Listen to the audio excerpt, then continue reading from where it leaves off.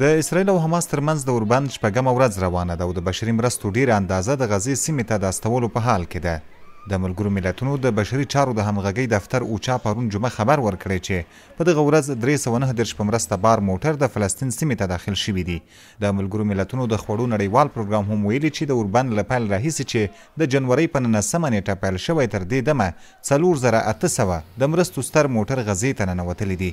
د روغتیا نړیوال سازمان WHO هم تایید کړی چې د دې سازمان په همکارۍ د اماراتو بشري ډلو سره یوه لویه مرسته د مصر له لارې د جمعې په ورځ غزې ته رارسېدلې ده چې د شنبې په ورځ به یې ویشل پیل شي. د غزې په سویلي برخه کې فلسطینیانو د مرستو د زیاتوالي او د تجارتي خوراکي توکو د داخلېدو څخه خوښي څرګنده کړې ده. وړاندې ډېر مرستندویه سازمانونه وو چې داخل نشول، خو اوس چې د مرستې مرکزونه پرانستل شوي ښه والی راغلی دی. موږ اوس د ماشومانو اړتیاوې وینو کومې چې مخکې نه وې موجودي. اوس یو کس کولی شي د خپلو ماشومانو لپاره اړتیاوې واخلي. نرخونه هم کم شوي دي، ښه والی راغلی دی او هیله لرو چې د اوربند تړون دوام وکړي ترڅو موږ وشو کولی بیرته خپلو اصلي مینو ته ستانه شو.